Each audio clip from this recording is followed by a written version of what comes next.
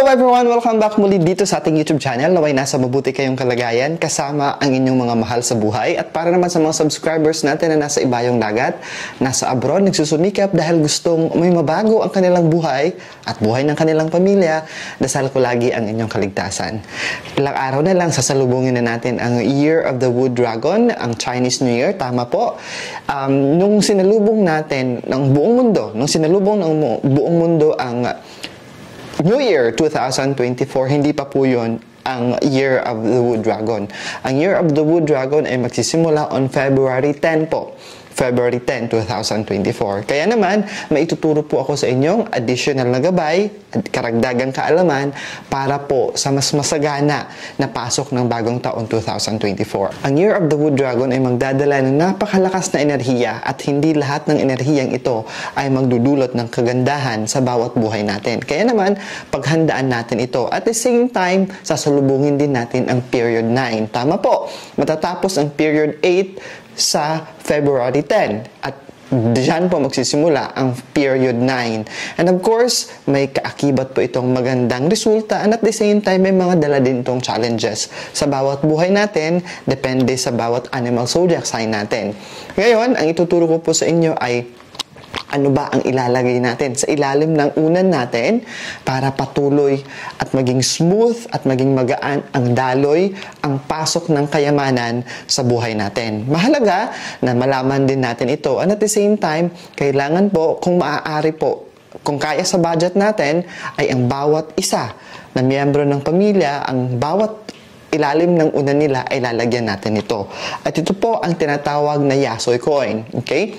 Ang Yasoy coin po ang sumisimbolo ng kasaganahan, sumisimbolo ng pag-akit ng kayamanan. Ang Yasoy coin ay may dalawang mukha. Tulad din ng normal na barya natin ay may dalawang itong mukha. Ang unang mukha nito ay dragon.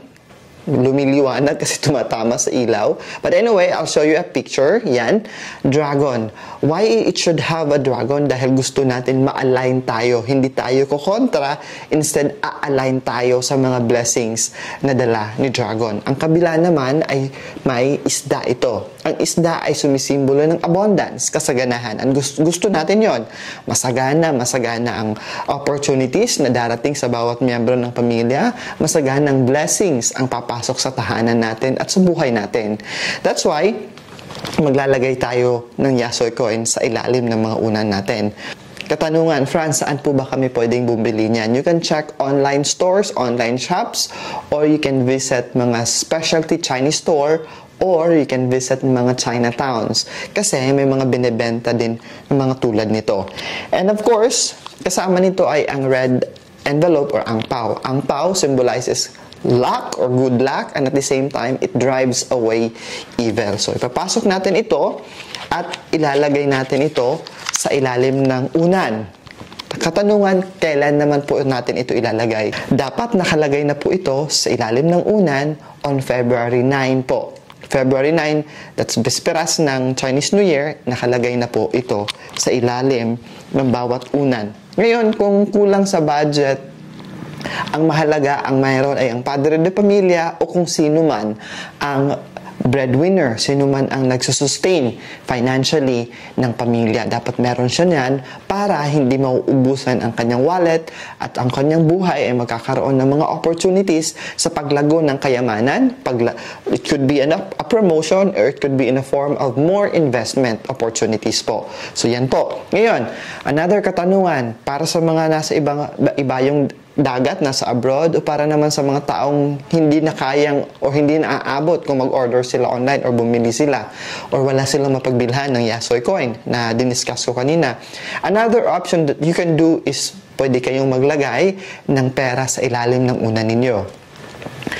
Ang pera or ang amount ng pera should be 99 pesos or kung medyo kaya-kaya pa ng bulsa, 999 pesos o kung talagang mayroon ka talagang financial capability, it could be 9,999 pesos or 99,999. Kung naririnig nyo sa sinasabi ko, it's all about 9.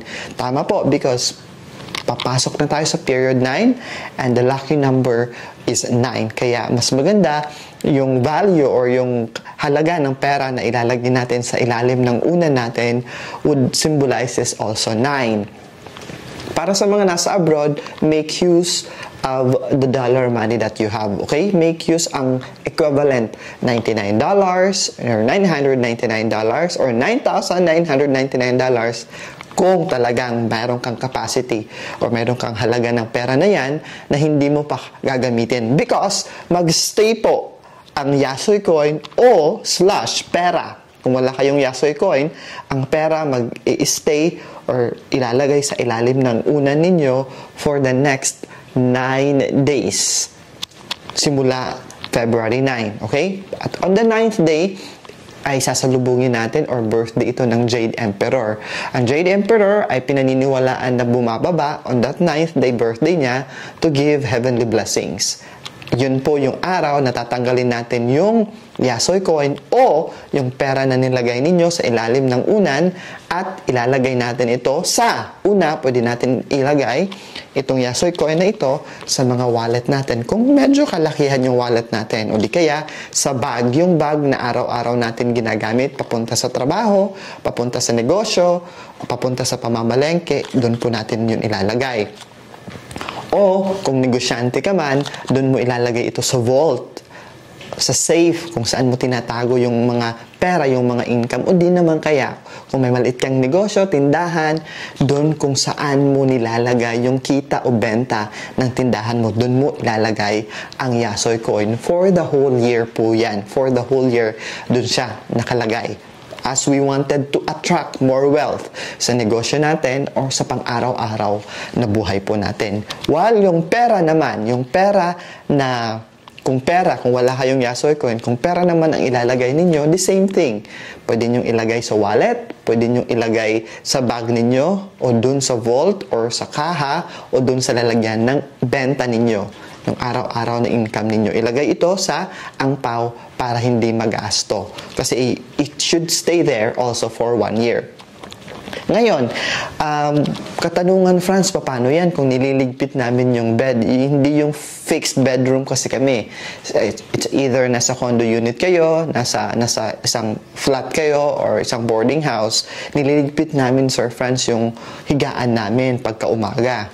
So, ang gagawin ninyo po ay ilagay sa angpaw ang pera at ipasok ito sa ilalim or in between the pillowcase para always siya nandun kahit nakaligpit po ang unan o yung higaan po ninyo. The next night, yun na lang po. You just do it as if it's a normal na ginagamit nyo po yung unan and nandun sa loob yung angpaw na may laman ng pera.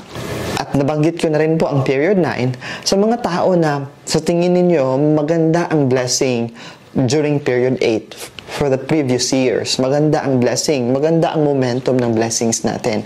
At gusto nating ito'y tumawid sa period 9. Gusto natin continuous ang pagpasok ng blessing, patuloy ang sagana. So what you can do and what will you do is to wear red underwear sa pagsalubong ng Chinese New Year. So kadalasan sa atin, mga Pilipino, ay hindi naman tayo nag-celebrate ng Chinese New Year. So the best thing to do is on the 9th, February 9 ng gabi, maliligo tayo, lilinisin natin ang katawan natin, do a salt cleansing. May vlog na ako sa salt cleansing, tingnan nyo na lang, hanapin nyo, and at the same time, pagkatapos nating maligo ng maayos, magpapalitan tayo ng underwear. In as much as possible, wear a brand new red underwear habang matutulog kayo hanggang sa next day.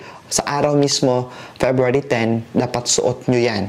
And in as much as possible, kung kaya nyo mag-invest, for the next 15 days po, for the first 15 days, simula nung New Year, wear red innerwear or underwear, brief, boxer, bra, and panty. It should be red para po tuloy-tuloy ang pasok ng blessing, para mas ma-attract natin ang blessing at para yung positive energy ay mahatak at makuha natin. Yan po ay gabay lamang po. Nasa sa inyo po kung maniniwala kayo o hindi. Wala naman pong mawawala. Ito po ay pawang gabay lamang. And again, not necessarily na branded yung bibilhin ninyo. Ang mahalaga lang, it should be yung matibay, it should be yung worth it naman na may invest. Kasi susuot nyo naman yan, sa inyo naman yan, di ba? So, make sure lang, not necessarily yung mga branded na underwear na kailangan nyo talagang bilhin, okay? Abangan nyo pa po ang marami pang mga gabay sa paghahanda natin sa pagsalubong ng Year of the Wood Dragon 2024 at pagsalubong din natin ng Period 9. Bagong kabanata, bagong buhay, bagong pag-asa para sa lahat, bagong set of blessings, bagong mga ambisyon na gusto nating ma-achieve, mga goals na gusto nating ma-achieve sa bagong kabanata na ito. Kaya naman, sabayan natin ito ng taimtim na pagdarasal, magandang pag-uugali, at yung mga paghahanda natin, batay at gabay ng Feng Shui. Muli, maraming salamat sa inyong patuloy na panonood, pagtitiwala at lalong-lalo na sa inyong patuloy na pagmamahal. Kita-kita tayo sa susunod kong vlog at live dito sa channel na ito at sa isa ka pang YouTube channel, Franz Byron PH. We will be posting a different vlogs sa channel na yan po, okay? Muli, ingat lagi and let's roar like a dragon this 2024.